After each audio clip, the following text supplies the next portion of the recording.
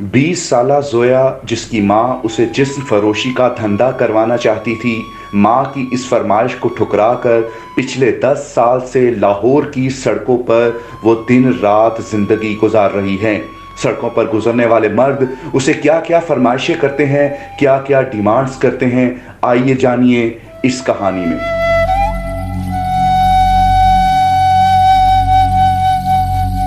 मेरी वालदा मेरे पे जुल्म करती थी, वालिद साहब भी जुल्म करते थे। वालिद साहब के फ़ौत होने के बाद वालदा थी, वो जुल्म करती थी, यानी कि गलत मशवरे देती थी कि किस तरह ये गलत काम कर लो, नहीं तो भीख मांग लो। मैंने कहा मुझे दोनों काम नहीं करने, तो मेरी वालदा ने फिर मेरे यहाँ से बाजू तोड़ दी थी कि भीख मांग लो। माँ ने तोड़ दी? जी। तो वालिद साहब भी साथ ही थे, उन्होंने, मैंने कहा ठीक है आपकी मर्ज़ी, आपने रखना है रखो, नहीं रखना तो ना रखो। एक तो महीना 2 महीने उन्होंने संगल बांधी रख के मान जाएगी, फिर भी मैं नहीं मानी, तो उन्होंने फिर मेरे पे जुल्म करने शुरू कर दिया। जब जुल्म करना शुरू किया तो मुझे फिर घर से उन्होंने निकाल दिया। मैं बाहर भी रह लूँगी, मैं 10 साल से यहीं पे रह रही हूँ, यहीं पे खाती हूँ, यहीं पे सोती हूँ।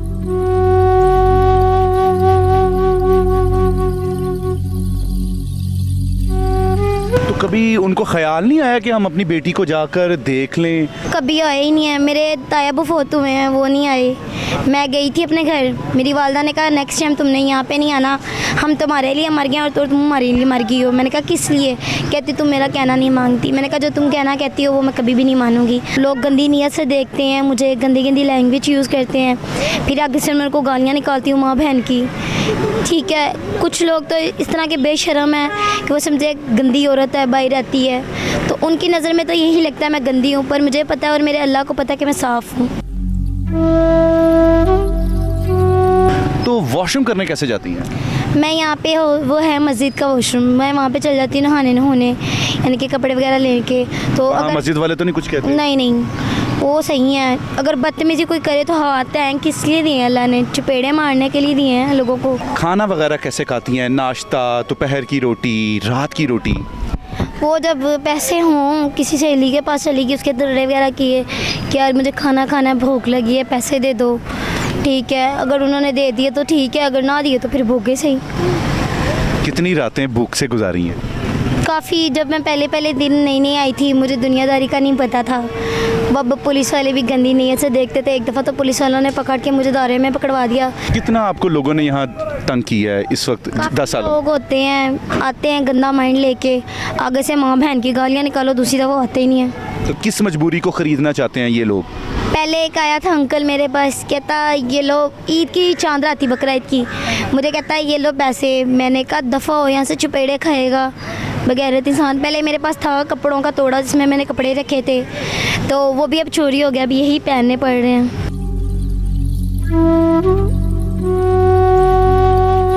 कभी दिल में ख्याल नहीं आया कि मैं कोई कामकाज कर लूँ, वहीं मुझे कोई रिहाइश वगैरह मिल जाए, मैं इस जंगल से निकल जाऊँ? मेरा आईडी कार्ड नहीं है, मेरे आईडी कार्ड मेरी वालदा ने मुझे बना के नहीं दे रही। कभी कि मेरी भी शादी हो, मैं अगले घर चली जाऊँ?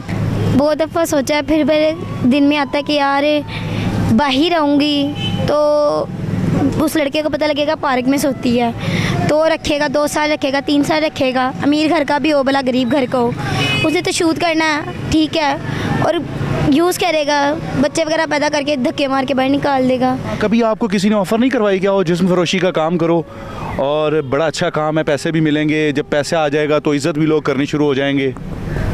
आते हैं कुछ लोग कि एक दफ़ा एक लड़का आया था, कहता पैसे ले लो मेरे साथ चलो। मैंने आगे से उसको कहा तुम्हारे घर में माँ बहन नहीं है, इतने बगैर तो ठीक है। फिर लोग बहुत गंदे माइंड के हैं, क्या बताऊँ। क्या अरमान है जोया के? पहले मैं चाहती थी कि यार मैं जॉब करूँ पोलर में, अच्छी सी कॉलेज पढ़ूँ लिखूँ, पर अब सब कुछ पार्क में रह के किस तरह कहाँ पूरे होते हैं। किसी एनजीओ ने आपसे रब्ता नहीं किया कभी? मैं दारुल-उलूम में गई थी, मेरे वहाँ पे ये हालात हुए थे, तो ये कुछ होता है। ये दारुल उलूम वालों ने? जी। मैं वहाँ पे, मुझे दवाइयाँ खिलाते थे, उलिंजिया से मैं सोई रहती थी। एंड पे उन्होंने मुझे सरनेस कैमरडीन पे लगा दिया, मेरी आंखें यूँ चढ़ी रहनी। ये बचपन में वहाँ पे जो लड़की झूले में आती है ना, उसकी शादी की जाती है, और उसकी शादी इसीलिए की जाती है क्योंकि उसको भागने का रास्ता नहीं होता।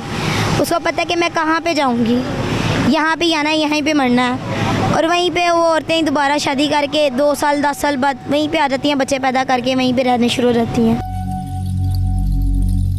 हम लोग इतने बेहिस, अगर मैं कहूँ कि शायद हमारा ज़मीर मर चुका है, उसकी कोई इंतहा नहीं। इस वक्त इस कैमरों के पीछे काफ़ी लोग खड़े हैं और ये तमाशा देख रहे हैं। मैं चाहूँगा मैं उनसे भी पूछूं, हमारी भी जवान बेटियां, माएँ बहनें इस तरह अगर हों तो हमारे दिल के ऊपर क्या छुरियाँ तलवारें चलें, आपके जहन में क्या ख्याल आता है कि इसकी किस तरीके से मदद की जा सकती है? दिया जाए इसको, और क्या कर। हाँ जी, तो फंसिया जाए कोनो को, इसको मकान दिया जाए, शादी की जाए इसकी। आपको अगर आपके अल्लाह ताला अगर साहिब इस्तात करे किसी गरीब की मदद करने की, आप इस बेटी की कैसे मदद करेंगे? जरूर करेंगे वो तो। लेकिन देख लें, हम तमाशा देख रहे हैं, अभी हम कर कुछ नहीं रहे। ये भी ये सब लोग, ये व्यूवर्स, अगर मैं कैमरामैन को कहूँ कि ये सब लोग देखेंगे इस वक्त भाई क्या कहना चाहेंगे यार इस लड़की के बारे में? यहाँ सारा एरिया कोठियों का है, बंगलों का है, यहाँ अमीर तरीन लोग हैं, गाड़ियों पर आते हैं, लेकिन कोई इसका हाल चाल नहीं पूछता। क्या रोशनी डालना चाहेंगे? क्या हम बेहिस हो चुके हैं, मर चुके हैं हमारे ज़मीर, हम इतने दरिंदे हो चुके हैं कि हम अपनी बेटियों को इस तरीके से बेयारो मददगार छोड़ देंगे? जी, आपकी मैंने स्टोरी देखी। आप पहले तो आपको मैं खराज तहसीन पेश करता हूँ कि आपने इसके बारे में इनिशिएटिव लिया। आप पढ़े लिखे हैं? जी जी, अल्हम्दुलिल्लाह पढ़ा। देखिए बातें कितनी कर रहे हैं ये भी, लेकिन इस शख्स की जेब में भी 100 रुपया नहीं है कि ये इस गरीब की मदद कर सके। मैंने कर दिया।